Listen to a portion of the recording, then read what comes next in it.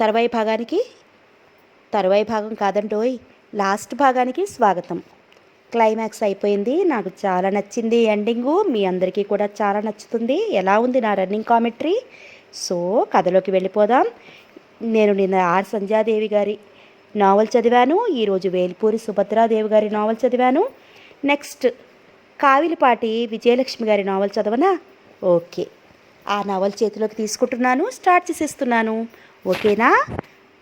ఈ లాస్ట్ పార్ట్లోకి అయితే వెళ్ళిపోదాం. Thank you friends, thank you so much for your wonderful support. మధ్యాహ్నం 3 గంటలకి శేఖరం, పోలీస్ సూపరింటెండెంట్ ఇంద్రకుమారు వచ్చారు. ఒక అరగంట సేపు వాళ్ళతో మాట్లాడిన తర్వాత రమీని పిలిపించాడు శ్రీకాంత్. అప్పటికి నిషా పూర్తిగా తగ్గి శ్రీకాంత్ చెప్పినదంతా నిజమేనని నమ్మకం కుదిరిన రమి తనకు రషీదా బేగం, హుస్సేన్లతో పరిచయం గురించి, వాళ్ళు తనకు ఉద్యోగం ఏర్పాటు చేయడం గురించి వివరంగా చెప్పింది. ఎస్పీ ఇంద్రకుమార్ మధ్య మధ్య ప్రశ్నలు అడిగి డైరీలో నోట్స్ రాసుకున్నాడు. హుస్సేన్ చేసిన ఏర్పాట్ల ప్రకారం రమి అనుకున్న రోజున బొంబాయి వెళ్ళడానికి మారువేషాలతో పోలీస్ అధికారులు కూడా ఆమెతో పాటు రహస్యంగా బొంబాయి వెళ్ళి కూపీలు లాగి ఈ ముఠాను ఛేదించి ఆ కార్యకలాపాలు అరికట్టడానికి తగిన ప్లాన్లు వేస్తానని, మరునాడు ఉదయం వచ్చి మాట్లాడుతానని, అంతవరకు రమీని ప్రసన్న నిలయంలో ఉండమని చెప్పాడు ఇంద్రకుమార్. ఆ రోజు భోగి పండగ. ఆ తెల్లవారుజామున మొగమొగల భోగి మంటలు వెలుగుతున్నాయి. గాలిలో తేలుతూ పొగమప్పులు వాడవాడలా వింత అందాలు నింపుకున్నాయి. అంతకు ముందు రోజే కన్నెపడుచులు కళ్ళాపి జల్లి రంగవల్లులు చక్కగా తీర్చిదిద్ది ఇళ్ల ముందు పెట్టిన గొప్పిళ్ళు గుమ్మడి పూలతో, బంతిపూలతో, బియ్యపు పిండితో, పసుపు కుంకుమలతో కలకళలాడుతూ కనిపిస్తున్నాయి. మామూలుగా 1 గంట ముందుగానే తన పనులు ముగించుకుని 6 గంటలు కాకుండానే హరిణి ఇంటికి వెళ్ళాడు అరుణ. నీళ్లు పోసుకుని బట్టలు మార్చుకుని అప్పుడే కటకటాల గదిలోకి వచ్చి ఆమె జుట్టు దులుపుకుంటూ అరుణను చూడగానే ఆదుర్దాగా అడిగింది, రాత్రిగానే వచ్చారా ఆయన? లేదక్కా అని అరుణ అనగానే ఆమె మొహం ముడుచుకుపోయింది. పద్మనాభం గారు రాత్రి ఎక్స్ప్రెస్లో కానీ వస్తారేమో అని వంట కూడా చేసి చాలాసేపటి వరకు చూశాను. ఒకవేళ ఈ తెల్లవారుజామున ప్యాసింజర్లో దిగి తిన్నగా ఇక్కడే దిగారేమో కనుక్కుందామని వచ్చాను. రాలేదు, గంట కిందట వెళ్ళిపోయింది అది. ఇందాక చూశాను. ఏమిటైంది చెప్పమా? ఈవేళ ఉత్తరంగానే వస్తుందేమో. సాయంత్రం వరకు మరి రైలు లేదు. ఏమో, రా లోపలికి. అరుణ లోపలికి వెళ్ళాడు. ఇంటి వాడున్న భాగంలో నుండి ఒక గంభీరమైన గొంతు పఠిస్తున్న ఆంజనేయ దండకం శ్రావ్యంగా వినిపిస్తున్నది. ఇంటాయన దైవ పూజలో ఉన్నారు. ఇప్పుడే వస్తానుండు అని హరిని అవతలి గదిలోకి వెళ్ళి పొయ్యి మీద అన్నం గిన్నె దింపి గంజి వార్చి కుదిలించి పళ్ళెల్లో నిప్పులు పోసి గిన్నె మీద పెట్టి ఫ్లాస్కులో కాఫీ 2 కప్పులలో పోసి తీసుకువచ్చి 1 కప్పు అరుణకి ఇచ్చి తాను త్రాగుతూ అతని ఎదుట మరొక కుర్చీలో కూర్చుంది.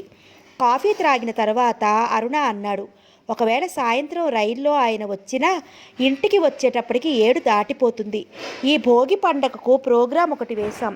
నువ్వు రాకూడదు అక్క. ఏమిటది? అరుణ జవాబు చెప్పేలోగా ఇంటావిడ సీతమ్మ వచ్చి కటకటాల గది లోపలికి తొంగి చూసంది, మీ తమ్ముడొచ్చాడా హరిణమ్మ?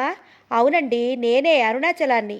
ఎంత శీతాకాలమైనా అప్పుడే చక్కగా నీళ్లు పోసుకుని 2 మైళ్ళ దూరం నడిచొచ్చేశాడు, కడిగి పెట్టిన ముచ్చెల్లా కనిపిస్తూ. ఎందుకు? మావాడు ఉన్నాడు.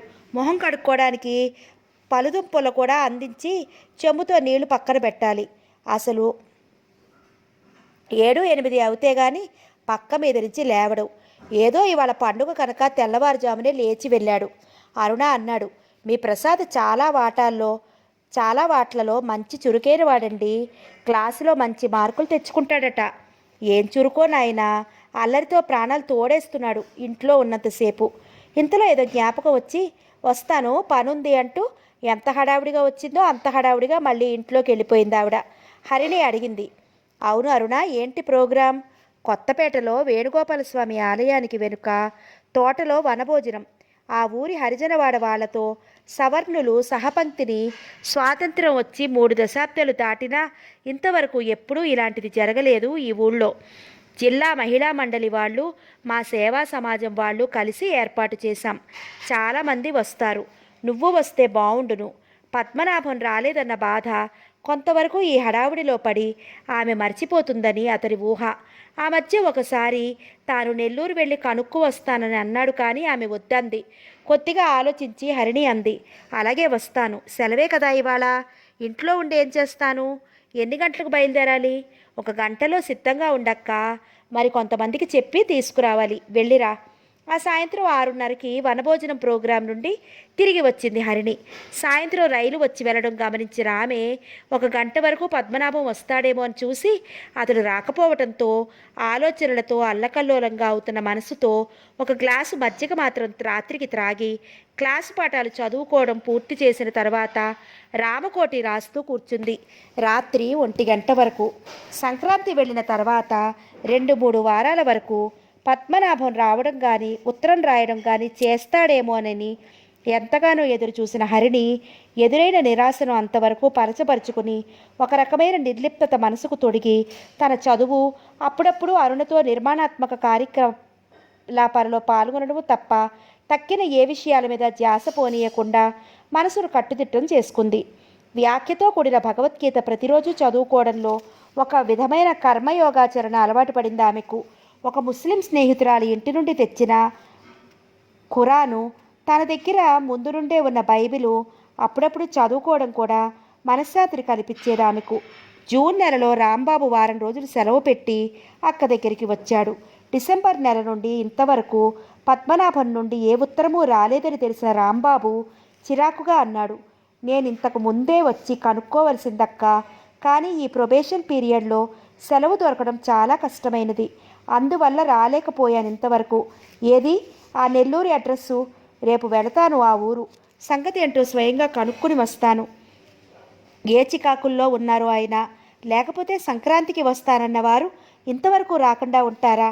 అయినా అక్కడ ఉన్నారో లేక ఇంకే ఊరైనా వెళ్ళారో, నా అదృష్టం ఎలా ఉంటే అలా అవుతుంది. నువ్వేమీ బాధపడకు రాంబాబు. నాకేమిటక్కా బాధేమిటక్కా, నాకు నువ్వు, నీకు నేను కాక ఇంకెవరున్నారు? అయినా అతని వ్యవహారం చూస్తుంటే నాకేదో అనుమానంగా ఉంది.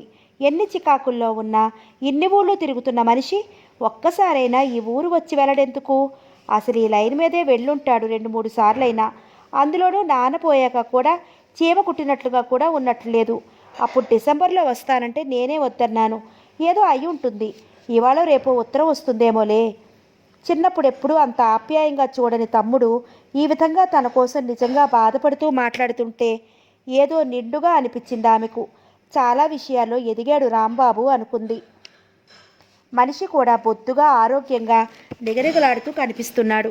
6 నెలలుగా రాని ఉత్తరం ఈరోజో రేపో వస్తుందన్న నమ్మకం నాకు లేదు. కాదక్క, ఒకసారి వెళ్ళొస్తాను, సెలవు ఉంది కదా. రాంబాబుకు పెళ్ళిడు వచ్చింది, మంచి సంబంధాలే వస్తున్నాయి. కానీ అక్క పెళ్ళి అయితే గాని తాను చేసుకోనని పట్టుపట్టు కూర్చున్నాడు. తన అడ్డంకి తీరితే తమ్ముడు ఒక ఇంటివాడవుతాడు. అందువల్ల రాంబాబు వెళ్ళి కనుక్కోవడమే మంచిదనిపించింది హరిణికి. సరే, నీ ఇష్టం, వెళితే వెళ్ళు, ఈ రాత్రే వెళతాను. ఏమిటో నాకు అనుమానంగా ఉంది. ఇంకెవెత్తనో పెట్టుకుని కులుకుతూ నాటకం ఆడుతున్నాడేమోనని. అదే నిజమైతే దవడ వాయి కొట్టి లాక్కొస్తాను. రాంబాబు అన్నమాట నిజమే అయి ఉండొచ్చు అనుకోవడానికి ఆమె మనసు అంగీకరించడం లేదు. అటువంటిదే ఉంటే అన్నాళ్ళు ఎందుకలా ఉత్తరాలు రాస్తాడు? పైగా తనను మోసగించడానికి తనకేమీ ఆస్తిపాస్తులు కూడా లేవు. తప్పు తమ్ముడు, అసలు సంగతి తెలియకుండా ఎవరి గురించి చెడ్డగా అనుకోకూడదు. నువ్వు మరీ సత్యకాలపు మనిషివక్క. 4 రోజులకు నెల్లూరు నుండి తిరిగి వచ్చిన రాంబాబు పద్మనాభం అనే పేరుతో నెల్లూరు, గూడూరు ఏరియాల్లో ఏ అప్రకం కంపెనీలోనూ ఏ వ్యక్తి లేడని, తక్కిన మరికొన్ని కంపెనీలోనూ కనుక్కున్నానని, పద్మనాభం కేర్ ఆఫ్ అడ్రస్ ఇచ్చిన మనిషి కూడా 4-5 నెలల క్రితం అక్కడ ఉద్యోగం మాని బొంబాయి వెళ్ళిపోయాడని, అతని బొంబాయి అడ్రస్ తెలియదని చెప్పిన మాట విని నిర్ఘాంతపోయింది హరిణి. మరి ఆ చండాలుడు గురించి అనుకోవద్దక్క, నేను ఊహించినదే నిజం. పక్కా దొంగవాడు, బద్మాష్, మనతో నాటకమాడాడు ఇన్నాళ్ళు. ఈసారి ఉత్తరం వస్తే నాకు పంపు ఆ అడ్రస్. నువ్వు జవాబు రాయకు, వెళ్ళి తొక్కలొలి చేస్తాను, స్కౌండ్రల్. వంట చేస్తున్న హరిణి మౌనంగా ఊరుకుండిపోయింది. మెదడు అల్లకల్లోలంగా ఉంది ఆమెకు. రాంబాబు 3 రోజుల తర్వాత వెళ్ళిపోయాడు. ఇంటాయన రామానుజం తన 2వ కుమార్తె సరోజినికి 5వ నెలలో వైభవంగా సీమంతం జరిపించి ఇంటికి తీసుకొచ్చాడు. కానీ 6వ నెల దాటకుండానే ఆ అమ్మాయికి గర్భస్రావం అయ్యి ఎలాగో గట్టెక్కి బయటపడింది. దానితో ఆమె శ్రావణ మాసం చివరి వరకు పుట్టింట్లోనే ఉండిపోయింది. ఇంట్లో ఇబ్బందిగా ఉందని సరోజిని వెంటనే పంపమని ఆ అమ్మాయి భర్త మామగారు ఒత్తిడి చేయడంతో ఆమెను అత్తగారింట్లో దిగబెట్టడానికి సిద్ధపడిన రామానుజం ఆ ముందు రోజు జ్వరం రావడంతో వెళ్ళటానికి వీలు కాలేదు. స్కౌట్ క్యాంపుకు వెళ్ళడం వలన వాళ్ళ ప్రసాద్ కూడా అందుబాటులో లేడు. అప్పుడు ఈ పరిస్థితులలో సరోజినికి తోడుగా హరిణి వెళ్ళింది బెజవాడకు. కృష్ణవేణమ్మ చల్లని నీటిలో స్నానం చేసి కనకదుర్గ దర్శనం చేసుకుని సింధూరం నుదుట పెట్టుకుని మరునాడు ఉదయం తిరుగు ప్రయాణానికి బయలుదేరింది హరిణి. సరోజిని భర్త రామారావు స్టేషన్కి వచ్చి ఆమెకు టికెట్ కొని ఇచ్చి పై తరగతి వెయిటింగ్ రూమ్కి కొద్ది దూరంలో ప్లాట్ఫామ్ మీద కూర్చోబెట్టాడు. ఇంతలో ఆమె ఎక్కవలసిన రైలు 2 గంటలు లేటు అని తెలుసుకున్న అతడు వచ్చి ఆమెతో అన్నాడు, 2 గంటలు లేటైనా పర్వాలేదు, చీకటి పడవలోగానే చేరుకుంటారు, ఆలస్యమైనా పర్వాలేదండి. రామారావు కొద్దిగా అనుమానిస్తూ అన్నాడు. కానీ నాకు ఆఫీస్కి లేట్ అయిపోతుందమ్మా, మీరేమీ అనుకోకుండా ఉంటే మీరు వెళ్ళండి, నాకేం పర్వాలేదు. కూలీ అబ్బాయి ఉన్నాడు, ఈ పెట్టె ఒకటి ఎక్కించేస్తాడు, ఏ ఇబ్బంది లేదు. సరోజిని దిగపెట్టినందుకు హరిణికి థ్యాంక్స్ చెప్పి ఊరు చేరగానే ఉత్తరం రాయమని చెప్పి రామారావు వెళ్ళిపోయాడు. అతడు వెళ్ళాక ఆమె ప్రక్కనే ఉన్న బుక్ స్టాల్లో పత్రిక ఒకటి కొని తెచ్చుకుని చదువుతూ కూర్చుంది కర్ర బెంచి మీద. వెయిటింగ్ రూమ్లో నుండి పైకి వచ్చిన అహల్య అటూ ఇటూ పచారులు చేసింది కొంతసేపు. తన ముందు నుండి వెళుతున్నప్పుడు ఆమెను చూసిన హరిణి ఎంత ఒడ్డు పొరుగు, తనకి తగిన అందము అనుకుంది మనసులో. అహల్య మాటిమాటికి వాచి చూసుకుంటూ ఇంతలో దూరం నుండి వస్తున్న పద్మనాభం కనిపించి ఎదురుగా వెళ్ళింది. సరిగా హరిణి కూర్చున్న బెంచి ముందు ఆగారు వాళ్ళు. పత్రిక చదవడంలో మునిగి ఉన్న హరిణి తల పైకెత్తలేదు. అహల్య ఇంగ్లీష్లో అడిగింది, ఇంత ఆలస్యమైందేంటి? ఇంగ్లీష్లోనే జవాబిచ్చాడు పద్మనాభం. కొద్దిగా ఆలస్యమైంది, సారీ హల్లి. ఆ గొంతు వినగానే త్రుళ్ళిపడినట్లయి పైకెత్తి చూసింది హరిణి. పద్మనాభం అప్రయత్నంగా లేచి నిలబడింది. అహల్య పద్మనాభం వెయిటింగ్ రూమ్ వైపు తిరిగారు. హఠాత్తుగా పద్మనాభం కళ్ళు హరిణి మీద వ్రాలాయి. ఉలికిపడిన అతడు రెప్ప వేయకుండా కొన్ని క్షణాలు చూసి చూపులు మరల్చుకుని ముందుకు నడిచాడు. కాళ్ళు వణికిపోతున్నట్లుగా ఆమె గుండెలు దడదడా కొట్టుకుంటున్నాయి. ఏదో అనడానికి నోరు విప్పింది, కానీ ఆ పెదవుల నడుమ నుండి ఏ మాట బయటికి రాలేదు. వేడి పొగలు మటుకు ఆమె చెవులలో నుండి పైకి ఉరుకుతున్నాయి. పద్మనాభం మనసు కలుకుమనడం మొదలుపెట్టింది. సంక్రాంతి పండుగ ముందు హరిణి దగ్గరకు వెళ్ళిపోవాలని నిశ్చయించుకున్నాడు. కానీ చివరకు ఆ నిర్ణయం ఆచరణలో పెట్టడం సాధ్యం కాలేదు అతనికి. జనవరిలో 2 వారాల పాటు ఆగ్రా, ఫతేపూర్ సిక్రీ, మధురా, బృందావన్ మొదలైన స్థలాలకు ప్రత్యేక విహారయాత్ర ఏర్పాటు చేసిన అహల్యతో వెళ్ళిపోయాడు. ఎవరో నాటకకర్త ఒక పద్యంలో రాసినట్లు, అంటు మామిడి పండు తినే మనిషి వేడి చేస్తుందంటే చెవిన పెట్టడని, పుట్టతేనె నాకే మనిషి అది తేనెటీగల ఎంగిలి పదార్థం అంటే లక్ష్య పెట్టడని అన్నట్లుగా తాత్కాలిక సుఖానికే అతను లొంగిపోయాడు. భావి గురించిన ఆలోచనలు అణగత్రొక్కుని ఇప్పుడు ఆ సంగతి స్ఫురణకు తెచ్చి అంతరాత్మ పొడిచిన ములుకోలు పోటుతో అహల్యను వెయిటింగ్ రూమ్లో వదిలి మళ్ళీ వెనకకు వచ్చి హరిణితో మాట్లాడదామనుకున్నాడు ముందు. కానీ ఏమని చెప్పడం అన్న అనుమానం వచ్చింది అతనికి. అహల్యను చూసే ఉంటుంది హరిణి. తనకు అహల్యకు ఉన్న సంబంధం ఎలా కప్పిపుచ్చుకోగలుగుతాను? అదే కాక అహల్య గాని పైకి వచ్చి చూస్తే పరిస్థితి విషమించి ఏదో అవాంతర సంఘటనకు దారితీస్తుంది. లాభం లేదు. వెయిటింగ్ రూమ్ లోపలికి వెళ్ళిపోయారిద్దరు. హరిణి ఆ గుమ్మం వైపే చూస్తూ నిర్ఘాంతపడి నిలబడిపోయింది. కొన్ని క్షణాలకు మళ్ళీ కర్రబెంచి మీద కూర్చుండిపోయింది పనిచేయని మెదడుతో. కొంతసేపటికి సామాన్లు మోస్తున్న కూలీవానికి వెనుకగా అహల్య పద్మనాభంలో వెయిటింగ్ రూమ్ నుండి పైకి వచ్చారు. గంట గణగణమను మోగుతుండగా రైలు ప్లాట్ఫామ్ మీదకి వస్తున్నది. పద్మనాభం హరిణి వైపు చూడకుండా వడిగా నడిచి వెళ్ళిపోయాడు అహల్యతో పాటు. షాక్ తగిలినట్లయిన హరిణి ఏమిటిది అంతా భగవాన్ అనుకుంటూ ఎడమ చెయ్యి పైకెత్తి నుదుటి మీద రాసుకుని ఒకసారి కళ్ళు మూసుకుంది. ట్రైన్ ఆగి కోలాహలం హెచ్చడంతో కళ్ళు తెరిచి చూసింది. దూరంగా ఒక ఫస్ట్ క్లాస్ పెట్టెలోకి ఎక్కుతున్నది అహల్య. తాను ఆలస్యం చేస్తే ఆ రైలు వెళ్ళిపోతుందని, తన జీవితంలో పట్ట చిక్కు మరి విడదని అనిపించి తన పెట్టె సంగతే మరిచి స్పృహ లేకుండా వాళ్ళెక్కిన కంపార్ట్మెంట్ వైపు చాలా తొందరగా నడుచుకుంటూ వెళ్ళింది హరిణి. కిటికీ దగ్గరకు వచ్చిన ఆమెకు లోపల నవ్వుకుంటున్న అహల్య, పద్మనాభంల మొహాలు కనిపించాయి. పిండుకుపోతున్న గుండెలతో వెర్రిగా వాళ్ళ వైపు చూసి విసురుగా వెళ్ళి తలుపు తెరుచుకుని లోపలికి చొరపడి వాళ్ళు కూర్చున్న చోటుకు చేరి వాళ్ళకి ఎదురుగా నిలబడింది. చాలా వడిగా ఊపిరి తీస్తున్నది ఆమె ఆయాసపడుతూ. ఏదో అనబోయి నోటమాట రాక పెదవులు కదిలిస్తూ ఉండిపోయిన హరిని కట్టుకున్న నలిగిన కత్తరు చీర చూసి అసహ్యించుకుంటున్నట్లుగా మొహం పెట్టి హిందీలో అంది అహల్య. ఇది ఫస్ట్ క్లాస్, పక్క పెట్టుకు వెళ్ళు. పద్మనాభం వైపే చూస్తూ నిప్పులు కనకడ రగులుతున్న కళ్ళతో నిలబడిన హరిని అహల్య మాటలు వినిపించుకోకుండా ఊపిరి అతి కష్టం మీద త్రిప్పుకుని అంది. మీరే నా సర్వస్వము అనుకుని మీ మీద నిండు నమ్మకంతో అహోరాత్రులు కళ్ళు కాయలు కాచేటట్లు చూస్తున్న నాకు మీరు చేసే న్యాయం ఇదా? ఎవరి మనిషి ఇలా నా గొంతు కోస్తూ అలా అంత ప్రేమగా అన్నాళ్ళు ఉత్తరాలు ఎందుకలా అంటూ మరి నోట మాట రాక కుడిచేతి పిడికిటిని ఎడమ చేతితో గట్టిగా నొక్కుంటూ ఉండిపోయింది ఆమె. ఆ తెలుగు భాష బోధపడిన అహల్య చికాకుగా పద్మనాభంతో ఇంగ్లీష్లో అంది. ఏమిటి న్యూసెన్స్? ఏమంటుంది? పొమ్మని చెప్పరే? కత్తివాటుకు నెత్తుడి చుక్క లేకుండా మొహం పాలిపోయిన పద్మనాభం బలవంతాన నవ్వు తెచ్చుకుని ఇంగ్లీష్లో ఏదో తన గోడు చెప్పుకుని ముష్టి అడుగుతోంది. ఇదిగో అంటూ జేబులో చెయ్యి పెట్టి పర్సు పైకి తీశాడు. ముష్టి అన్న మాట విన్న హరిని పిడుగు పడ్డట్టయి గ్రుడ్లు అప్పగించి అతని వైపే చూస్తూ ఊపిరి లోపలికి పీల్చి వదలకుండా ఉండిపోయింది కొద్ది క్షణాలు. పర్సులో నుండి కొత్త 2 రూపాయల బిళ్ళ తీసి హరిని నిలబడ్డ వైపున సీటు మీదకి పడవేసి హిందీలో అన్నాడు పద్మనాభం. మాకు తెలుగు రాదు, అవి తీసుకుపో.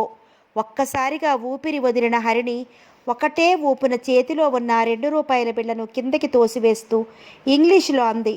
నువ్వా నాకు ముష్టి వేసేది? అవమానంతో పట్టరాని ఆగ్రహావేశాలతో గడగడ వణికిపోతున్న ఆమె శరీరం దూరంగా గంట గణగణ మ్రోగుతున్నది. ఆ నాణెం టకటక దొర్లుకుపోయింది. హరిని తన ఉంగరం బ్రేలి నుండి ప్రధానపు ఉంగరం పైకి లాగుతూ అంది ఇంగ్లీష్లో. నీకే ముష్టి వేస్తున్నాను. ఇదిగో ఉంగరం. కాదు, ముష్టి కాదు. నీలాంటి చండాలుడికి పశువుకి ఇన్నాళ్ళు తాకట్టు పడి ఉన్న నా కన్యాత్వాన్ని విడిపించుకుంటున్నాను ఈవేళ. ఇదిగో, యూ డర్టీ బీస్ట్. ఘాటు వేస్తున్న విజిల్ ఆమె చెవులలోనికి జ్వరపడలేదు. అప్పుడే వ్రేలు నుండి ఊడి వచ్చిన ఉంగరాన్ని పద్మనాభం మొహం మీదకి జోరుగా విసిరి కదలడానికి ఉపక్రమిస్తున్న రైలు దిగి వెళ్ళి మొహం పైకెత్తి వాళ్ళు కూర్చున్న చోటుకి కిటికీ వైపు చూసిందామె. అహల్య కొద్దిగా కిటికీ వైపుకు వంగి వింతగా చూస్తున్నది. పిడికిళ్ళు బిగించి అంది హరిణి ఇంగ్లీష్లో. ప్రధానమైన ఈ 3 ఏళ్లుగా ఈ కుక్క కోసం కాచుకుని కూర్చున్నాడు పిచ్చిదానిలా. వీడు నీలాంటి మదమెక్కిన ఆడకుక్క వెంటపడి చొంగలు కారుస్తున్నాడని తెలియక. థ్యాంక్ గాడ్, ఇవాళ నా కళ్ళు తెరుచుకున్నాయి. గట్టిగా అరిచింది Harini. Have him to your hearts content. You dirty pitch అన్నమాట బాణంలా తగిలిన అహల్య పద్మనాభం వైపు చురచురా చూసింది. పరిస్థితి చాలా వరకు బోధపడింది ఆమెకు. అతడు తన కంటెముక మీద గట్టిగా తగిలిన ఉంగరాన్ని పట్టుకుని దాని వైపే చూస్తూ కూర్చుండిపోయాడు, ఏమీ అనడానికి తోచక కొంతసేపు.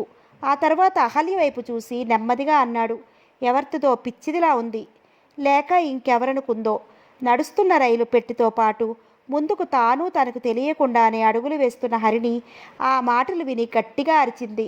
అవును మిస్టర్ పద్మనాభం, నేను పిచ్చిదాన్నే. ఈవేళతో నా పిచ్చి వదిలిపోయింది.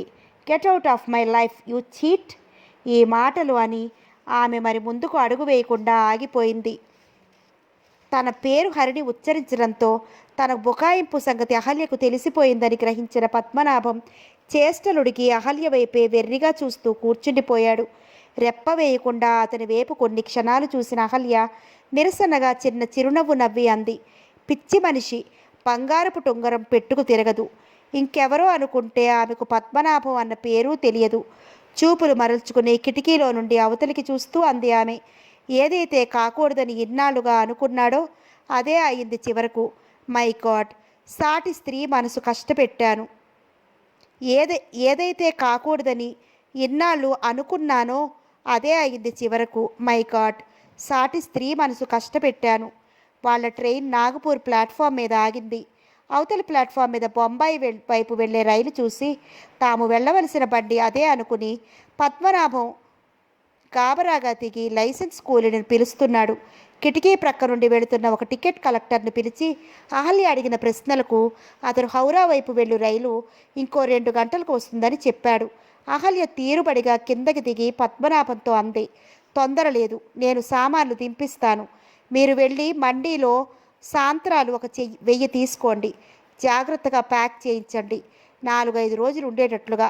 ఎన్నాళ్ళ తర్వాతనో వెళుతున్నాను తిరోడీకి. అక్కడ చిరోలీలోనూ చాలామందికి పంచాలి. అప్పుడే ఆ ఊళ్ళో తన వాళ్ళందరినీ చూస్తున్నట్లుగా ఎక్కడో దూరాలలోనికి చూస్తూ నిలబడింది ఆమె. వస్తానైతే అని పద్మనాభం వెళ్ళబోతుండగా మృదువుగా షాడీ మృదువుగా ప్యాడీ అని పిలిచింది అహల్య. హరిణి కనపడ్డ తర్వాత ఇదే మొదటిసారి ఆమె తనను అలా ముద్దు పేరుతో పిలవటం. ఇదిగో అని ఆమె జాకెట్టు లోపల నుండి 500 రూపాయల నోట్లు పైకి తీసి అతని వైపు చెయ్యి చాపింది. ఎందుకు? పర్సులో చాలా డబ్బుంది. ఆమె పెదవులు అరవిప్పి ఆకర్షణీయంగా చిరునవ్వు నవ్వుతూ సోగ కళ్ళతో అతనిని కామపూరితంగా చూస్తూ జీర గొంతుతో లాలనతో అంది. తీసుకోండి ప్యాడీ. బాగా క్రిందకి ఓపెన్గా ఉన్న బ్లౌజ్ చూసుకుంటూ అంది ఆమె. అరే, ఈ లోపల చెమటకి తడిసిపోయినట్లున్నాయి నోట్లు. అలా గాలిలో ఆరపెట్టండి కొంతసేపు. ఆ నోట్లు అందుకున్నాడు పద్మనాభం. నిజంగా అవి తడిగానే ఉన్నాయి. ఆమె దేహపు ప్రత్యేక గంధమో లేక ఆమె వాడే పరిమళ ద్రవ్యపు సువాసనలో గాలిలో తేలి అడవి అతని ముక్కుపుటాలలోనికి చొరబడింది. కోర్కెలు రేపుతూ ఆ సమయంలో కూడా బలవంతాన బ్లౌజు మీద నుండి చూపులు మరల్చుకుని వస్తాను అని నడిచాడతను. నోట్లో చేతిలో పెట్టుకుంటూ చేతితోనే పట్టుకుని అతని వైపు వింతగా చూస్తూ తీరికగా నిలబడింది ఆమె. లైసెన్స్ కూలీలు సామాన్లు దింపి వరుసగా ట్రాలీలో పేరుస్తుండగా అతను దూరాన కాగానే కూలీల చేత ట్రాలీ తొయించుకుని జోరుగా వెళ్ళి అవతల ప్లాట్ఫామ్ చేరుకుని హడావుడిగా వెళుతున్న ఒక మధ్య వయస్కుడైన కండక్టర్ని పిలిచి చిల్లుమనిపించే చూపులతో అతనిని చిరునవ్వుతో చూస్తూ తాను అవతలి రైల్లో దిగానని, టికెట్ తీసుకోవడానికి టైం లేదని, బొంబాయికి ఫస్ట్ క్లాసులో వెళ్ళాలని చెప్పింది ఆమె. అతడు తన హడావుడి అంతా మరిచిపోయి చిరునవ్వుతో రండి మేడం అని తోడ్పుకు వెళ్ళి ఫస్ట్ క్లాస్ పెట్టెలో ఒక బెర్త్ చూపించి అన్నాడు. అది ఆక్యుపై చేయండి, తర్వాత వచ్చి టికెట్ రాసి ఇస్తాను. ఆమె లోపలికి ఊపిరి తీసి బిగపట్టి ఉంచి విశ్వామిత్రుడి వద్ద మేనక ఉపయోగించిన గొంతుకుతో అంది. Oh, so many thanks mister conductor. గాలిలో నుండి పైకి ఉబికి ఉన్న ఆమె శరీర భాగాల మీదనే దృష్టి బిగించుకుపోయిన నలుగురి పిల్లల తండ్రి నో మెన్షన్ ప్లీజ్ అని వెళ్ళిపోయాడు. తలుపులలో కొండలు, కుండలు, లోయలు, అడవులు తలపులలో తలపడుతుండగా పద్మనాభం మండీకి వెళ్ళి 1000 కమలా పళ్ళు కొని పొడుగాటి వెదురుపేళ్ల బుట్టలతో ఎండుగడ్డితో బాగా ప్యాక్ చేయించి కూలీల చేత పట్టించుకుని అహల్యను వదిలిన వెళ్ళిన చోటికి వచ్చాడు. అక్కడ ఎవరూ లేకపోవటానికి అటూ ఇటూ ఆశ్చర్యంగా చూపులు పోనిచ్చాడు. కనుచూపు మేరలో ఎక్కడా అహల్య జాడ కనపడలేదు. కూలి వాళ్లను పళ్ళబుట్టలు చూస్తూ ఉండమని చెప్పి వెళ్ళి స్టేషన్లో అన్ని ప్లాట్ఫారంలు గాలించి విఫలుడై పద్మనాభం నిరాశతో వెనక్కి వచ్చాడు. నిస్పృహతో 2 చేతులతోనూ తల పట్టుకుని పళ్ళబుట్టల ప్రక్క ఒక బెంచీ మీద కూర్చున్నాడు. తల బరువుగా అయి ఆ లోపల సుత్తులు పెట్టి ఎవరో కొడుతున్నట్లుగా ఉంది అతనికి. ఇంతలో ఒక ముష్టివాడు వెనుక నుండి వచ్చి హిందీలో అడిగాడు. పద్మనాభం అంటే మీరేనా? అవును. నా పేరెలా తెలిసింది నీకు? ఇందాక బొంబాయి మెయిల్లో వెళ్ళిన ఆవిడ ఒకరు ఆ 2 సామాన్లు నా దగ్గర ఉంచి మీ పోలికలు చెప్పి కమలా పళ్ళ బుట్టలతో వచ్చే మీకు అవి ఇమ్మని ఇస్తే 5 రూపాయలు బక్షీస్ ఇస్తారు అని చెప్పారు. తన లెటర్ సూట్ కేసు, బ్యాగు ఒక స్తంభం ప్రక్కగా కనపడ్డాయి పద్మనాభానికి. పరిస్థితి పూర్తిగా బోధపడిన అతడు వెళ్ళి ఆ సామాన్లు తెచ్చుకుని పళ్ళబుట్టల ప్రక్కన పెట్టుకున్నాడు. 5 రూపాయలు ముష్టివాడికి బక్షీస్ ఇచ్చి బెంచీ మీద కూర్చుని తన వద్ద మిగిలిన డబ్బు లెక్క పెట్టుకున్నాడు. దగ్గర 1000 రూపాయల పైనే ఉంది. తన తండ్రి విద్యానాథ్ సింగ్ తిరోడి వచ్చి తనను కలుసుకుంటాడని చెప్పింది ఆమె. తిరోడి, విద్యానాథ్ సింగ్, సురేంద్ర సహదేవ్, మిస్టర్ సహదేవ్, లలిత, అహల్య అన్నీ ఆకాశం మీద రకరకాల ఆకారాలలో కనిపించే మబ్బులు క్షణక్షణానికి మారిపోయేవి. ఏది నిలవదు, ఏది నిజం కాదు. నేనొక ఫూల్ని, నేనొక ఇడియట్ని అనుకున్నాడు ఇంగ్లీష్లో మనసులో పద్మనాభం. లేచి ముష్టివాడిని పిలిచి లెదర్ సూట్ కేసు, బ్యాగు వాడికి అప్పగించి కమలా పళ్ళ బుట్టలు కూలివాడి చేత పట్టించుకుని సాంత్రాల మండీ వైపు వెళ్ళాడతడు. వెళ్ళిపోతూ అహల్య తన మీద వేసిన జోకును డబ్బుగా మళ్ళీ మార్చుకోవటానికి.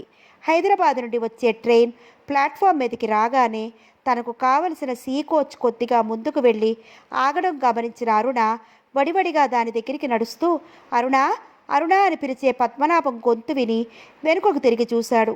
చంకలో బ్యాగ్ తగిలించుకుని చేతిలో లెదర్ సూట్ కేసు పట్టుకున్న పద్మనాభం తన దగ్గరికి రావడం చూసి అరుణ మొహం ముడుచుకుంది.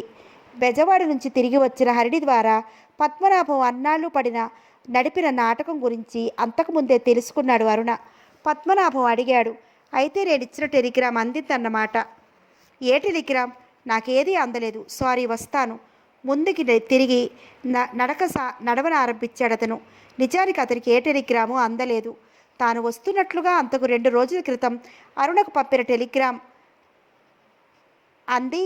తన కోసమే అతను వచ్చి ఉంటాడనుకున్న పద్మనాభం ఆశ్చర్యంగా చూస్తూ, ఆగు అరుణ, అదేంటి అలా వెళ్ళిపోతున్నావు అని అతని వెనుక వడివడిగా నడిచాడు. నడక ఆపకుండా వెనకకు తిరిగిన అరుణ, చూడండి మిస్టర్ పద్మనాభం, మీకు నాకు హరిణి అక్క ద్వారానే సంబంధం. ఎప్పుడైతే అది తెగిపోయిందో మరి నాకు మీకు సంబంధం లేనట్లే. నేను మరొకరిని రిసీవ్ చేసుకోవడానికి వచ్చాను. బాయ్ అని కరుకుగా అని సీ కోచ్ వైపు వెళ్ళాడు. తెల్లబోయిన పద్మనాభం ఆగిపోయి 4-5 క్షణాలు అరుణ వైపు చూసి జరిగిన సంగతి బోధపరుచుకుని ఎగ్జిట్ గేట్ వైపు నడిచాడు. అరుణ సీ కోచ్ చేరుకునే ముందే మఫ్టీలో ఉన్న 2 సాయుధులైన సిఐడి కానిస్టేబుల్స్ అక్కడికి చేరుకుని ఎదురుగా ఉన్న టీ బండు దగ్గర నిలబడి ఉన్నారు. ఆ ట్రైన్లో దిగుతున్న రవి రక్షణ కోసం ఎస్పీ ఇంద్రకుమార్ వినియోగించిన మనుషులు వాళ్ళు. రవి అప్పుడే ట్రైన్ దిగి గుమ్మం దగ్గర నిలబడి ఉన్న అరుణను చూసి నమస్కారం మాస్టారు అంది. రమి వెనుకనే ఆ కంపార్ట్మెంట్లో నుండి దిగిన ఒక పోలీస్ సబ్ ఇన్స్పెక్టర్, ఒక కానిస్టేబుల్ టీ బండి దగ్గరికి వెళ్ళారు. వాళ్ళు మామూలు డ్రెస్లోనే ఉన్నారు. రమి పెట్టే ఆమె చేతిలో నుండి తీసుకుని అరుణ ఆమెను తీసుకుని అవతల స్టాండ్లో వేచి ఉన్న శ్రీకాంత్ కారు దగ్గరికి తీసుకెళ్లాడు. ఆ కారు కదలగానే దానిని కొద్ది దూరంలో అనుసరించిన పోలీసు వాళ్ళు ఎక్కిన స్కూటరు, మోటార్ సైకిలు వెళ్ళాయి. ఇప్పుడు రమి మొహంలో తేనె రంగు ఛాయలు లేవు. నిగనిగలాడుతూ కనిపిస్తున్న దేహఛాయ నిండు ఆరోగ్యాన్ని సూచిస్తోంది. అప్పుడు జనవరిలో బొంబాయిలోని కపట ఉద్యోగం అనుభవంతో పూర్తిగా మారిపోయింది ఆమె. ఆమెను డికాయిగా ఉపయోగించి ఆమెకేమీ ప్రమాదం జరగకుండా జాగ్రత్త పడి ఆ ఊరి పోలీస్ అధికారులు, బొంబాయి పోలీసు వారి సహకారంతో శేఖర్ బంధువైన సుధతో పాటు మరి 3 యువతులను కూడా బొంబాయిలోని బ్రోథల్స్ నుండి ఉద్ధరించి తీసుకురావడమే కాకుండా రషీదా బేగం, హుస్సేన్లను, వారి ముఠాలోని మరికొంతమందిని అరెస్ట్ చేసి కేసు పెట్టారు. చాలా డబ్బు ఖర్చు పెట్టి ఆరోగ్యకరణాలు చూపించి రషీదా బేగం జామీను సంపాదించుకుంది. కానీ తక్కిన వాళ్ళు ఇంకా జ్యుడిషియల్ కస్టడీలో బెయిల్లో ఉన్నారు. కేసు నడుస్తోంది ఇప్పుడు. ఆ కేసులో ఒక ముఖ్య సాక్షి అయిన రమీని 1000 కళ్ళతో కనిపెడుతున్నారు పోలీస్ అధికారులు. రషీదా బేగం ముఠా వాళ్ళ ద్వారా ఆమెకేమీ అపాయం రాకుండా బొంబాయి నుండి తిరిగి వచ్చిన తర్వాత రమీని హాస్టల్కి మరి పంపకుండా శ్రీకాంత్, మనోరమ అభివాహకత్వం గార్డియన్షిప్ క్రింద ప్రసన్న నిలయంలోనే ఇంటర్ పబ్లిక్ పరీక్షలు అయ్యేంత వరకు ఉంచి ఆ తర్వాత తమ ఊరికి పంపేశాడు. జరిగినదంతా చూసి బెదిరిపోయిన రమి శ్రీకాంత్కు ఎదురు తిరిగితే తన జీవితం పాడవడం తప్ప ప్రయోజనం ఉండదని గ్రహించి తన తిరుగుళ్ళు త్రాగుడు పూర్తిగా కట్టిపెట్టి శ్రద్ధగా చదివి పరీక్షలకు వెళ్ళి ఒక రకంగా బాగానే రాసింది అన్ని పేపర్లు.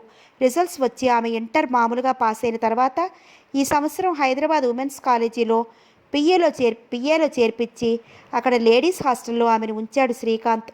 ఆ మరునాడు రషీదా బేగం కేసు విచారణ కోర్టులో ఉండటం వల్ల సాక్ష్యం ఇవ్వడానికి హైదరాబాద్ నుండి వచ్చింది ఆమె. ఇప్పుడు రమీని ప్రసన్న నిలయంలో దింపి మనోరమకు అప్పగించిన అరుణ సైకిల్ తీసుకుని తిన్నగా హరిణి కాలేజీకి వెళ్ళాడు. దూరంగా మెయిన్ గేటు వద్ద కానా మీద కూర్చుని ఉన్న పద్మనాభాన్ని చూసి సైకిల్ దిగి ఆ సైకిల్ ఒకటి షాపు వాడికి అప్పగించి పద్మనాభం కంటపడకుండా మరొక చిన్న గేటు ద్వారా లోపలికి వెళ్ళిన అరుణ అప్పుడే క్లాస్ అయ్యి కామన్ రూమ్కి వెళుతున్న హరిణిని కలుసుకుని పద్మనాభం వచ్చి మెయిన్ గేట్ దగ్గర కాచుకుని ఉన్న సంగతి ఆమెకు తెలియజేసి తిన్నగా పైకి వచ్చి ప్రసాద్ చదువుతున్న స్కూల్ వైపు వెళ్ళాడు. అతను అక్కడికి చేరేటప్పటికి తన క్లాసులు అయిపోవటం వల్ల అరగంట క్రిందటే ప్రసాద్ ఇంటికి వెళ్ళాడని తెలుసుకుని హరిణి ఇంటికి వెళ్ళాడు. అతడు ప్రసాద్కు పద్మనాభం గుర్తులు చెప్పి అతడు గాని హరిణి కోసం వస్తే చెప్పవలసిన మాటలు అతనికి బోధించి తన పది మీద వెళ్ళిపోయాడు అరుణ. క్లాసులు అయిపోయిన తర్వాత హరిణి మెయిన్ గేట్ నుండి కాకుండా ఒక స్నేహితురాలితో కలిసి మరొక దారి నుండి ప్రక్క సందు ఎంచుకుని ఆ స్నేహితురాలి ఇంటికి వెళ్ళి రాత్రి 8 గంటల వరకు అక్కడే ఉండిపోయింది. గేటు దగ్గర కాచుకుని ఉన్న పద్మనాభం కాలేజీ వదిలి అందరూ వెళ్ళిపోయినా ఎంతసేపటికి హరిణి రాకపోవడంతో రిక్షావాడిని పిలిచి హరిణి ఇంటి అడ్రస్ చెప్పి అందులో కూర్చుని అక్కడికి వెళ్ళాడు. అతని రాక కోసం వేచి ఉన్న ప్రసాద్ పద్మనాభం రిక్షా దిగి అడిగిన ప్రశ్నకు సమాధానంగా హరిణి తమ ఇంట్లో ఇప్పుడు ఉండటం లేదని, తెనాలిలో ఏదో ఉద్యోగం దొరకటం వల్ల చదువు మానేసి అక్కడికి వెళ్ళిపోయిందని, ఆమె అడ్రస్ తమ ఇంట్లో ఎవరికీ తెలియదని నమ్మకంగా చెప్పాడు. ఇక చేసేదేమీ లేక వెళ్ళి ఆ పూటకు ఒక హోటల్లో ఉన్న పద్మనాభం రైల్వే స్టేషన్కి వెళ్ళి అతి కష్టం మీద అక్కడ పోగొట్టా చేసి రాంబాబు అడ్రస్ సంపాదించాడు. పద్మనాభం కళ్ళపడగానే కోపంతో కుతకుతా ఉడికిపోతూ రాంబాబు అతడిని చెడాపెడా రెంపకాయలు కొట్టి 4 మాటలు అని మెడ పట్టుకుని తన రూమ్ నుండి గెంటివేశాడు. నిర్ఘాంతపోయిన పద్మనాభం తన తప్పుకు తగిన శాస్తి జరిగిందని, మరి హరిణి జీవితంలో తనకు స్థానం లేదని తెలియవచ్చి ఈసారి నిజంగానే ఉద్యోగాన్వేషణ చేసుకుంటూ బయలుదేరి వెళ్ళిపోయాడు. ట్రైన్ కదిలేనంత వరకు ఉండి రమీకి వీడ్కోలు చెప్పి అరుణ వెళ్ళిపోయాడు. అది 3 టైర్ 2nd క్లాస్ కంపార్ట్మెంట్.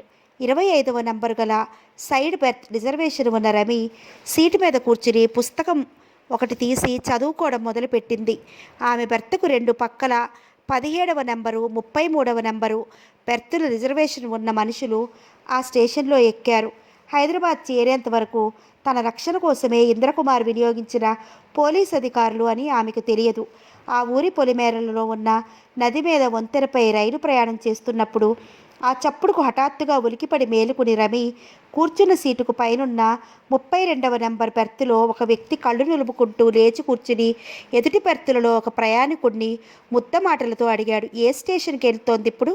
ఆ ప్రయాణికుడు చెప్పిన సమాధానం విని పై బెర్త్ వ్యక్తి, ఇంకా ఇక్కడే తగలబడుతున్నదా ఈ బండి అని కిందకి దిగి రమి ఎదుటి సీటు కింద తన హవాయి జోళ్లు కాళ్లతో తడిమి పైకి లాగి తొడుక్కుని బాత్రూమ్ వైపు వెళ్ళాడు. రమి పుస్తకం దింపి అతని వైపు చూడనన్నా చూడలేదు. ప్రతిదీ ఏమిటో తెలుసుకోవాలనే పూర్వపు అనాగరికమైన అమాయకత్వపు కుతూహలం ఆమెలో ఏనాడో జారిపోయింది. ఎదుటి బెర్తులలో కిటికీల దగ్గర ఎదురెదురుగా కూర్చున్న వ్యక్తులిద్దరూ నవ్వుకుంటూ అనుకుంటున్న మాటలు రమి చెవుల పడ్డాయి. ఒక వ్యక్తి అన్నాడు, మంచినీళ్ళలాగే తాగాడు రాత్రంతా సీసాలోది. ప్రతి పావుగంటకు నాకెందుకో నిద్ర పట్టలేదు సరిగా. ఎప్పుడు అటు చూసినా వాడి మూతి దగ్గర సీసా ప్రత్యక్షం. రచయితని కదా బాగా కాలక్షేపం అయి ఉంటుంది తాగుబోతును అబ్జర్వ్ చేయడంలో. రచయితవి కదా, నవ్వుతూ రెండవ వ్యక్తి అన్నాడు. అందుకే కాబోలు పగటిపూట కూడా గుర్రు పెడుతూ పడుకుంటున్నాడు. ఆ పైన ఏమిటా మధురసం? WPGRలలో రైల్లో బస్సుల్లో ప్రయాణం చేసే అలాంటి మనుషులు నీళ్ళల్లా కనిపిస్తుందని జిన్నే పట్టుకుంటారు సాధారణంగా. తక్కిన రకాలు ఎక్కడో బాత్రూంలో రహస్యంగా పైకి తీస్తారు. మరి నీళ్ళో సోడానో ఎలా? వాటి అవసరం ఉండదు వాళ్ళకి. నిప్పులు కరకర నమలగలరు. అవసరం ఉన్నవాళ్ళు ముందే తగు పాలల్లో నీరు కలిపి ఉంచుకుంటారు. బాగా రీసెర్చ్ చేశావన్నమాట, నవ్వాడు రెండవ వ్యక్తి. నువ్వే చెప్పావుగా రచయితనని. ఏది సిగరెట్ ఒకటి ఇవ్వు. వాళ్ళ పాతాకాని మరొక విషయం మీదకి మళ్ళింది. అయితే తనపై బెర్తు మీద ఉన్న మనిషి త్రాగుపోతూ అన్న మాట. కానీ రమీకి ఆ సంగతి ఏమీ భయం కలిగించలేదు. తన అనుభవంలో ఎప్పుడూ త్రాగము అని గొప్పలు చెప్పుకునే మేడి పళ్ళ లాంటి మనుషుల కన్నా ఎవరేమనుకున్నా లక్ష్య పెట్టకుండా త్రాగే మనుషులే ఆడది కనిపిస్తే మర్యాదగా వెకిలి వేషాలు వేయకుండా ప్రవర్తించడం చూసింది చాలాసార్లు. కానీ పైబెర్త్ మనిషి ఎవరో తెలియకపోయినా ఆమెకు జాలిగా అనిపించింది. సాంఘిక మర్యాద కోసం సోషల్ డ్రింకింగ్ స్థాయి దాటి ఆ మనుషులు అన్నట్లుగా పావు గంటకు త్రాగే స్థితికి ఎవరన్నా వెళ్ళారంటే వాళ్ళ జీవితంలో ఏదో మర్చిపోవలసిన గాఢమైన అనుభవం, విషాదకరమైనది ఉండి ఉంటుంది పాపం.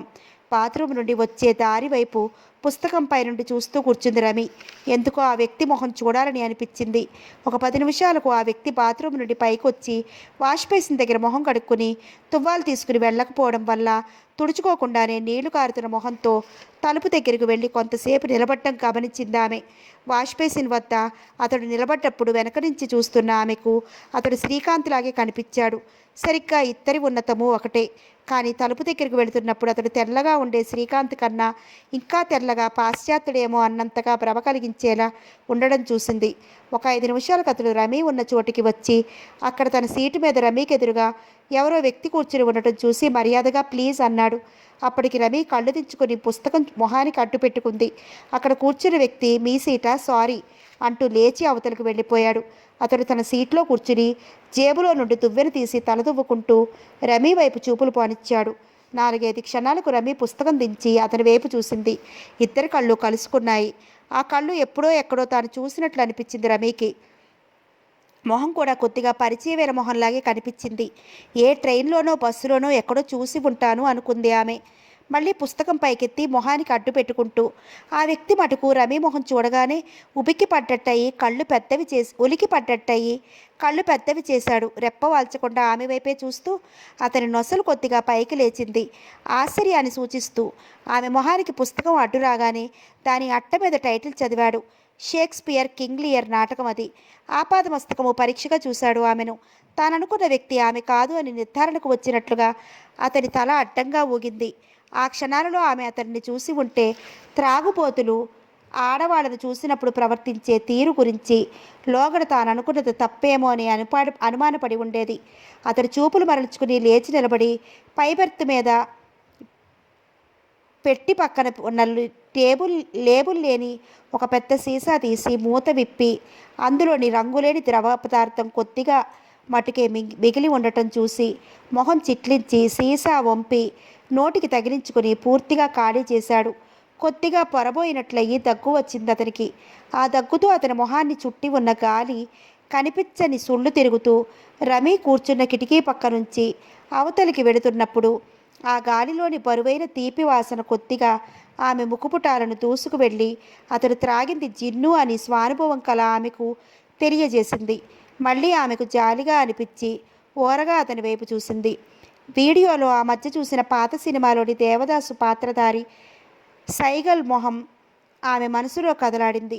పుట్టినరోజు మరునాడు రాత్రి భోజనాలైన తర్వాత పైన డాబా మీద కూర్చుని ఉన్నప్పుడు శ్రీకాంత్ తనకు దేవదాసు కథ చెప్పి చివరున అన్నది స్మృతిలో మెదిలింది. చివరకు ఒక కన్నీటి చుక్కకు కూడా నోచుకోకుండా మరణించిన దౌర్భాగ్యుడు అతడు. పార్వతి ఉన్న ఆ చివరి గడియలలో అతన్ని చేరుకోలేకపోయింది. అంతవరకు ఆ కథ తెలియని ఆమె మనస్సు మీద దేవదాసు మరణం గాఢముద్ర వేసింది.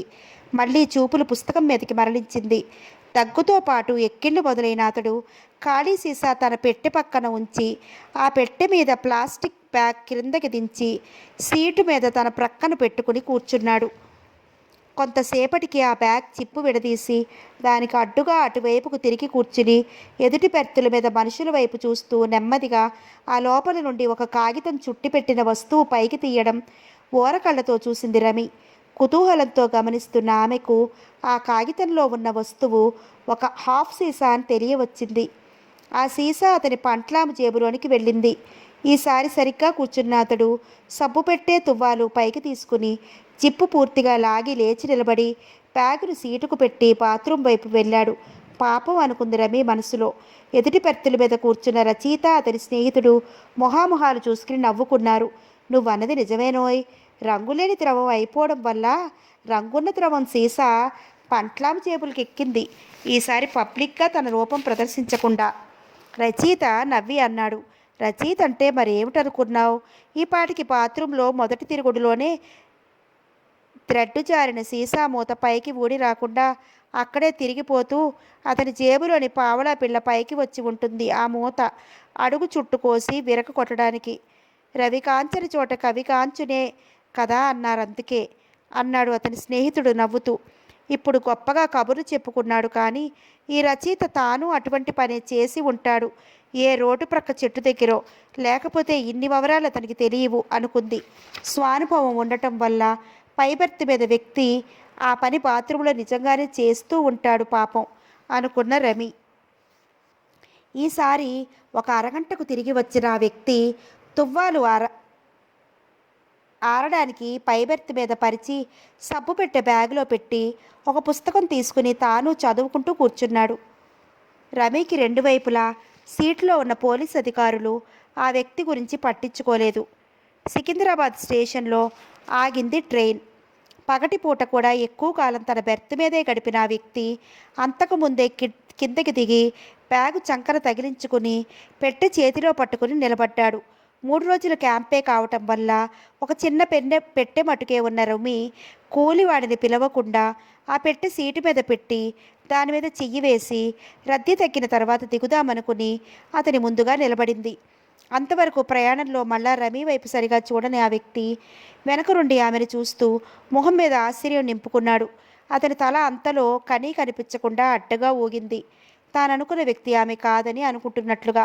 పోలీస్ అధికారులు ఆ ఇద్దరికీ ముందు వెనక ఉన్నారు. అంతకుముందే వాళ్ళు కిటికీలలో నుండి ప్లాట్ఫామ్ మీద వేచి ఉన్న సిటీ పోలీస్ అధికారులకి సైగలతో తమ ఉనికి తెలియజేశారు. పైబెర్త్ వ్యక్తి మృదువుగా మీ పెట్టి నన్ను పట్టుకోనివ్వండి అని ఇంగ్లీష్లో అనడం విన్న రమి వెనుకకు తిరిగి అతని వైపు చూసి థ్యాంక్స్, పరువు లేదండి అంది. పర్వాలేదండి అని అతను ఆమె చేతికి తగలకుండా ఖాళీగా ఉన్న రెండో చేతిలో ఆమె పెట్టి తీసుకుని పదండి అన్నాడు. అతడంటే మనసులో ఒక రకమైన జాలికి చోటిచ్చిన ఆమె థ్యాంక్స్ ఫర్ ద ట్రబుల్ అని ముందుకు నడిచింది. వెనుకగా ఉన్న పోలీస్ అధికారి ఈ సంఘటన గమనించి మరింత అప్రమత్తంగా అయ్యి వారి వెనుకనే నడిచాడు. ఏ మాటలు అక్కర్లేకుండానే ట్రైన్లో వచ్చిన పోలీసు వారు, సిటీ పోలీసు వారు రమీ ఛార్జీ ఇచ్చిపుచ్చుకోవడం జరిగిపోయింది. అంతేకాకుండా వెనక ఉండిన పోలీస్ అధికారి సైగ చేసి తన ముందున్న వ్యక్తి మీద నిఘా ఉంచమని సిటీ పోలీస్ ఇన్స్పెక్టర్కు సందేశం అందించాడు. తాను ప్రక్కకు తప్పుకుంటూ మెట్లు దిగుతున్నప్పుడు ఆ వ్యక్తి రమీని మర్యాదగా అడిగాడు, ఎక్కడికి వెళ్ళాలి? బస్సులోనా, ఆటోలోనా? ఆటో, ఉమెన్స్ కాలేజీ హాస్టల్కి పదండి. వాళ్ళు ఆటోల దగ్గరికి వెళుతుండగా అటు నుండి వస్తున్న ఒక అమ్మాయి రమీని చూసి హలో రమీ, వచ్చేసావా అంది. ఇప్పుడే ఈ ట్రైన్లో అంది రమీ. ఆ కొత్త అమ్మాయి వస్తాను అని వెళ్ళిపోయింది. రమీ వెనక వస్తున్న వ్యక్తి చేతిలో నుంచి అతని పెట్టి జారిపడింది. త్రుళ్ళిపడిన అతడు నోరు సగం తెరుచుకుని కళ్ళు మూతలు పడకుండా ముందున్న రమీ వైపే చూస్తున్నాడు. ఆ చప్పుడు విన్న రమీ వెనకకు తిరిగి చూసింది. వాళ్లకు ముందు వెనుక నడుస్తున్న సిటీ పోలీసు అధికారులు కూడా ఆగిపోయారు. తమ జేబుల్లోని పిస్టల్స్ తీయడానికి సావధానులై ఆ వ్యక్తి అతి కష్టం మీద అన్నాడు, నీ నీ మీ మీ పేరు రమీ? అవును అంటూ వంగి అతని పెట్టి పైకెత్తి అతని చేతికి అందించి థ్యాంక్స్, అదిగో ఆటో వస్తాను అని అతని రెండవ చేతిలోని తన పెట్టి తీసుకుని నమస్కారం, థ్యాంక్స్ వన్స్ అగైన్ అంటూ ఆటో వైపు నడిచింది రమి. యాంత్రికంగా తన పెట్టె అందుకోవడము, ఆమె పెట్టి ఇవ్వడం స్పృహ లేకుండా చేసిన అతను ఆమె ఒక ఆటో డ్రైవర్తో మాట్లాడుతుంటే వెర్రిగా ఆమె వైపే చూస్తూ నిలబడ్డాడు కొద్ది క్షణాలు. రమి ఆటోలో ఎక్కి కూర్చుంది. అతని చేతిలో పెట్టే రోడ్డుకు పక్కగా ఉంచి ఒక పరుగున ఆటో దగ్గరికి వెళ్ళి అప్పుడే కదలపోతున్న దాని సైడు పట్ట మీద చెయ్యి వేసి లోపలికి వంగి అడిగాడు, ఎన్నో నెంబర్ రూమ్? ఒక పోలీస్ అధికారి అతన్ని అనుసరించాడు అప్రమత్తంగా.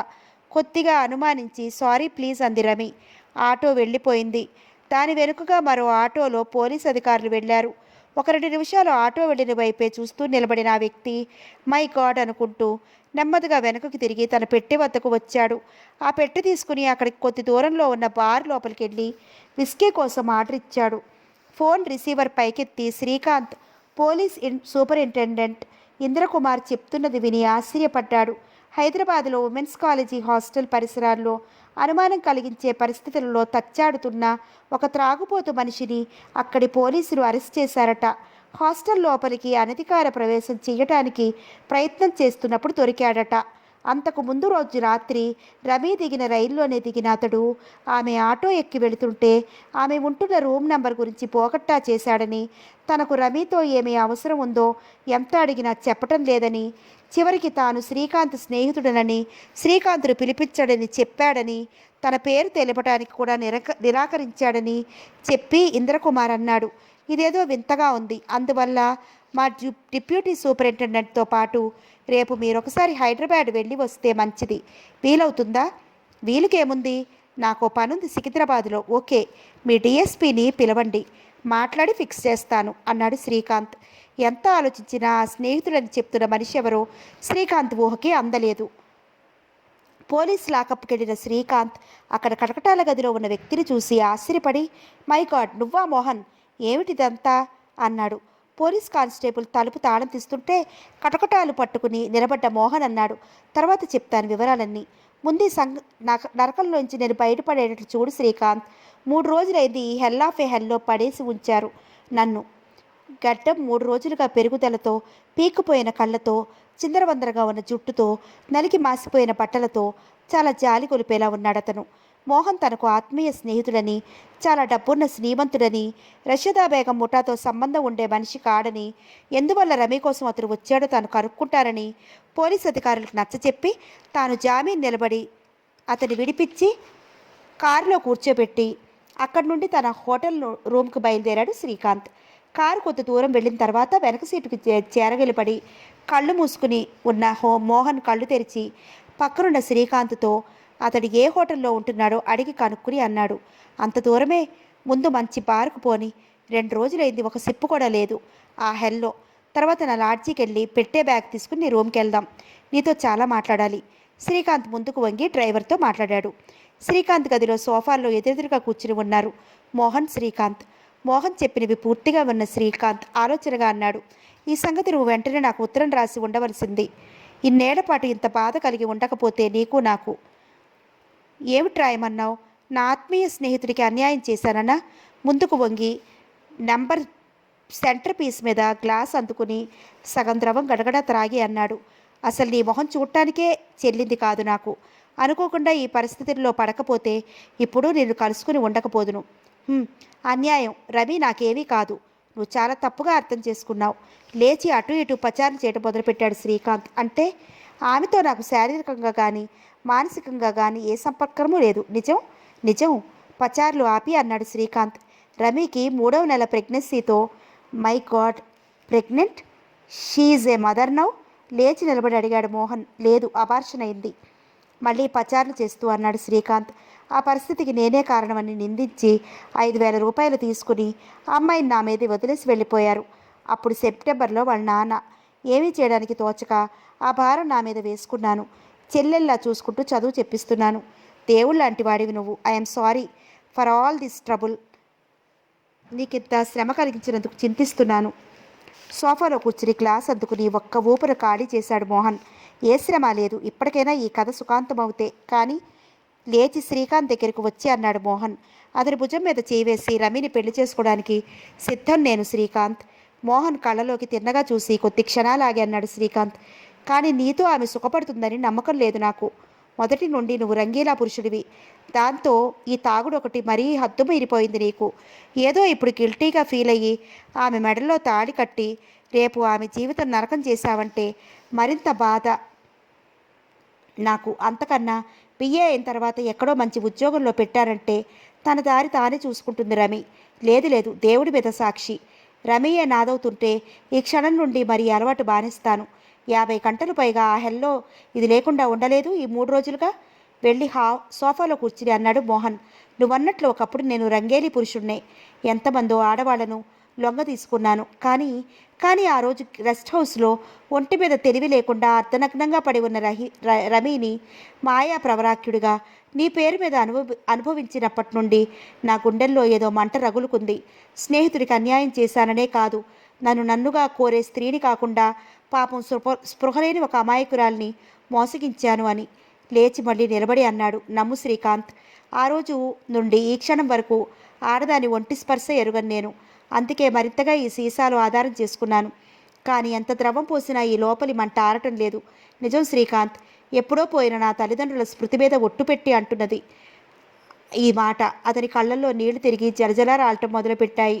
మోహన్ మాటల మీద పూర్తిగా నమ్మకం కలిగిన శ్రీకాంత్ ముందుకు వెళ్ళి అతని భుజం మీద చెయ్యి వేసి కళ్ళల్లోనికి చూస్తూ అన్నాడు, నేను నమ్ముతాను, కానీ ఒకటి, రమీని నమ్మించడం ఎలా అని చూస్తున్నాను. తన నా రోజు అనుభవించింది నేనే అని ఆమె పూర్తి విశ్వాసం. తనని వదిలించుకోవడానికి ఇప్పుడు ఎత్తి నీకు అంటగడుతున్నాను అనుకుంటుంది ఆమె. నేను ఆమెను నమ్మించగలగనన్న నమ్మకం ఉంది.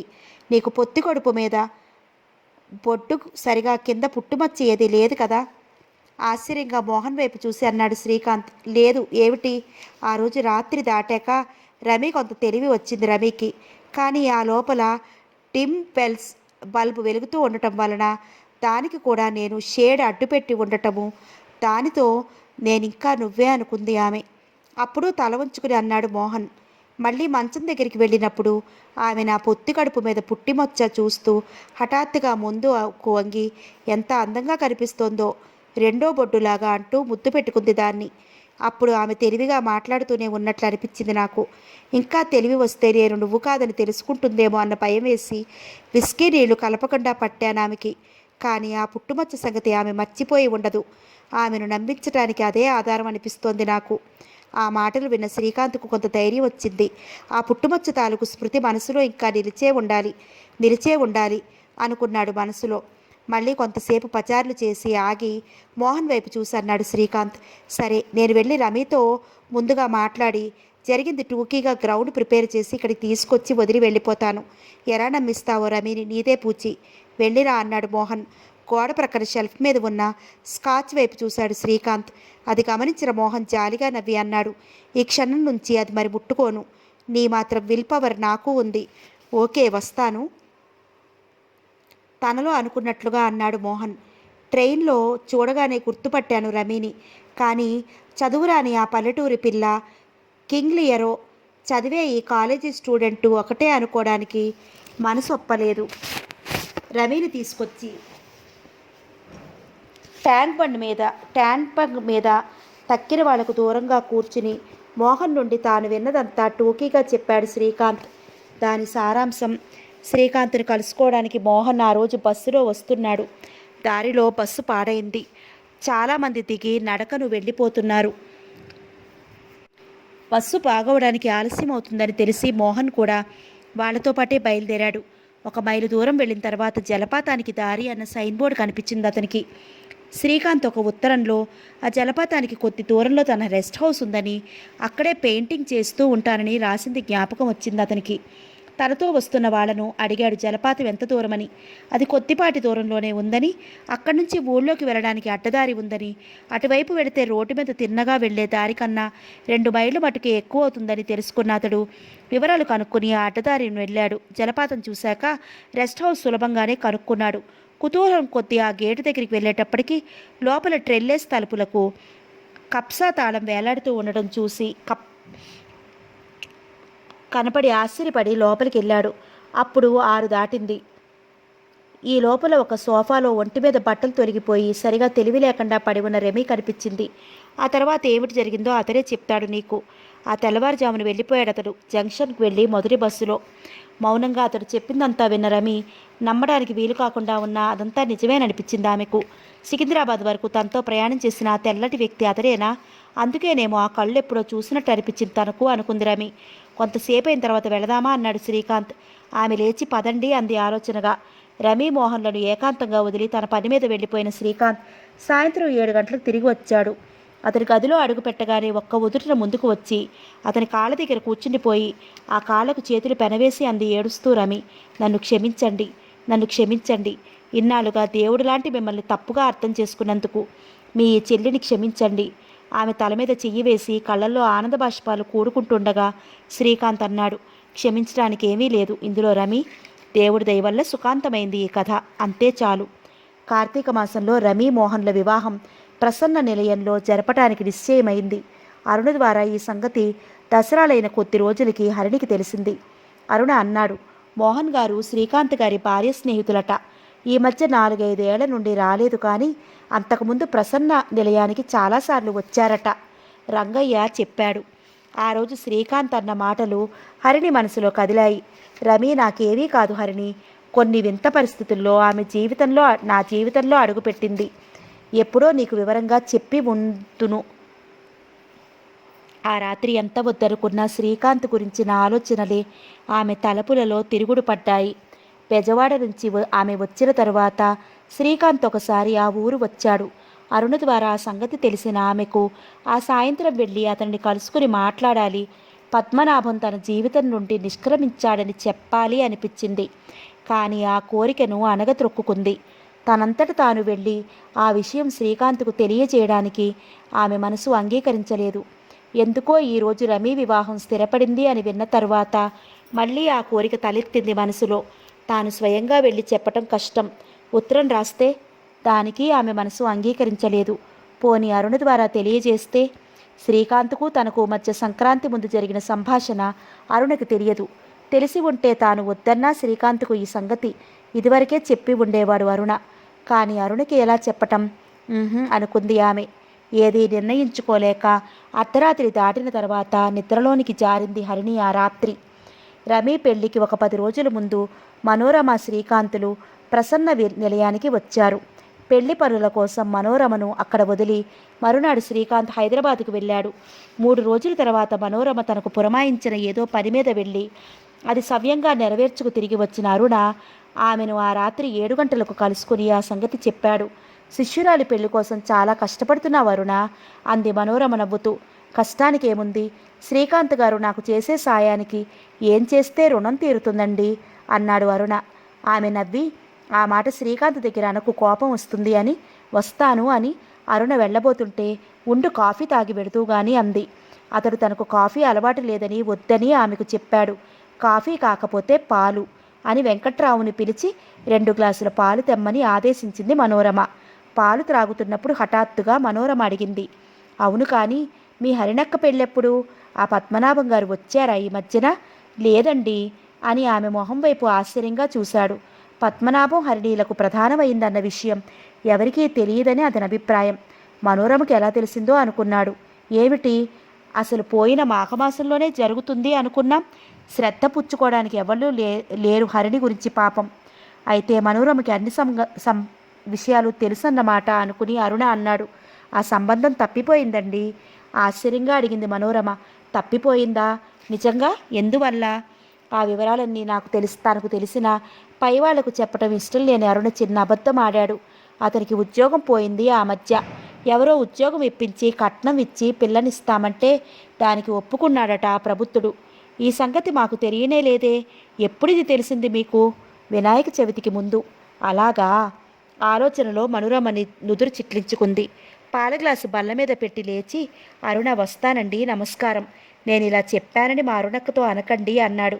పరధ్యానంగా ఆమె సరే వెళ్ళిరా, ఉదయం ఒకసారి కనిపిస్తావు కదూ, కొద్దిగా పనుంది అంది. 8 గంటలకల్లా వస్తానండి. ఆ రోజు కార్తీక పౌర్ణమి. కాలేజీ నుండి వచ్చిన హరిణి కాళ్ళు కడుగుకుని కాచుకున్న పాలు త్రాగి కాలేజీ పుస్తకాలు ముందు పెట్టుకుని చదువుకుంటూ కూర్చుని ఉంది ఆ సాయంత్రం. సూర్యాస్తమయం అయ్యి పూర్ణ చంద్రోదయం అవుతున్నది. కారు వచ్చి ఇంటి ముందు ఆగిన చప్పుడు విని హరిణి ఆశ్చర్యంగా తలపైకెత్తి పుస్తకం మూసి కటకటాల గుమ్మం దగ్గరకు వెళ్ళింది. శ్రీకాంత్ కాదు, అది బయలుదేరి కొద్దిగా ముందుకు వెళ్ళి రివర్స్ అవుతున్నది శ్రీకాంత్ కారు. ఆమె గుండెలు వడివడిగా కొట్టుకోవడం మొదలైంది. మనోరమ పెట్లెక్కి రావడం గమనించిన ఆమె వణుకుతున్న చేతులతో తలుపు తీసి ఎదురు వెళ్ళి నమస్కారం పెట్టింది. రండి అంటూ. మనోరమ చిరునవ్వు నవ్వి, ఎల్లుండ రమణమ్మ పెళ్లి కదూ, శుభలేఖలు పంచడానికి వచ్చాం. ఇదిగో మీ ఇంటి వారికి శుభలేఖ ఇచ్చి వస్తానిప్పుడే అంటూ హాలు దగ్గరికి వెళ్ళి వదినగారు అని పిలిచింది. ఇంటి ఆవిడ గుమ్మం దగ్గరికి వచ్చి మనోరమను చూడగానే పొంగిపోయి, చాలా రోజులకి వచ్చారు, నమస్కారం, రండి రండి అని లోపలికి తోడుకుని వెళ్ళింది. కారు రివర్స్ అయ్యి మళ్ళీ ఇంటి ముందు ఆగింది. డ్రైవర్తో వచ్చి ఉంటుంది మనోరమ అనుకుని కారు మీద నుండి చూపులు హాలు గుమ్మం మీదకి మరల్చింది. కటకటాల గుమ్మం వద్ద నిలబడింది హరిణి. 1 నిమిషానికి మెట్ల మీద అడుగుల చప్పుడు విని అటువైపు చూసి ఒక్కసారిగా త్రుళ్ళిపడింది ఆమె. గుండె కొట్టుకోవడం ఆగిపోయినట్లయి. శ్రీకాంత్ తల వంచుకుని మెట్లెక్కి వచ్చిన అతను కటకటాల తలుపు దగ్గరకి వచ్చి తల పైకెత్తి చిరునవ్వుతో తిన్నగా ఆమె కళ్ళల్లోకి చూస్తూ, కులాసాగా ఉన్నారా హరిణి అని లోపలికి రావచ్చా అని మృదువుగా అడిగాడు. తడి ఆరిపోయి అంటుకుపోయినట్లయిన పెదవులు బలవంతాన విప్పి రండి అంటూ తలుపు తీసి పక్కకు నిలబడింది. ఒళ్ళంతా గజగజలాడుతుండగా ఆమె అతడు లోపలికి వచ్చి తిన్నగా గది లోపలికి నడిచాడు. అతని వెనుకే ఏదో బరువులు కట్టి ఉన్న కాళ్లతో అడుగులు వేస్తూ లోపలికి వెళ్ళి గోడవారుగా తల వంచుకుని నిలబడింది ఆమె. బరువులు కట్టినట్లున్న కాళ్లతో ఆమె దగ్గరికి వచ్చి శ్రీకాంత్ చాలా నెమ్మదిగా, ఏది నీ ఉంగరపు వేలు అన్నాడు. ఆమె మౌనంగా ఉండటం చూసి, నీకిష్టమైతేనే అన్నాడు మృదువుగా. కళ్ళెత్తి రెప్పవేయకుండా అతనిని చూసి ఆమె మెల్లగా తన చేతిని ముందుకు చాపింది. ఒళ్ళంతా గజగజ వణికిపోతుండగా శ్రీకాంత్ జేబులో నుండి ఒక వజ్రపు ఉంగరం తీసి తన ఎడమ చేతితో ఆమె చెయ్యి పట్టుకుని, చాలా రోజులు ఉంగరం పెట్టుకుని తీసిన ఆనవాలు కనిపిస్తున్న ఉంగరం వ్రేలికి ఆ ఉంగరం తన కుడి చేతితో తొడిగాడు. నిలువునా పులకరించిపోతూ లోపలికి నిండుగా ఊపిరి పీల్చి కళ్ళు మూసుకుంది హరిణి. కాలితో తలుపులు త్రోసి ఓరగా వేసి ఆమెను దగ్గరికి తీసుకున్నాడు శ్రీకాంత్. అక్కడికి కొద్ది దూరంలో ఉన్న గుడి వద్ద లౌడ్ స్పీకర్లో నుంచి శ్రీ వెంకటేశ్వర స్తోత్రంలోని రామాభివందన శ్లోకం వినపడుతున్నది మధురంగా. అవనీతనయ కమనీయకరం రజనీకర చారు ముఖాంబురుహం రజనీచర రాజతమోమిహిరం మహనీయం మహం రఘురామ నమయే. సమాప్తం.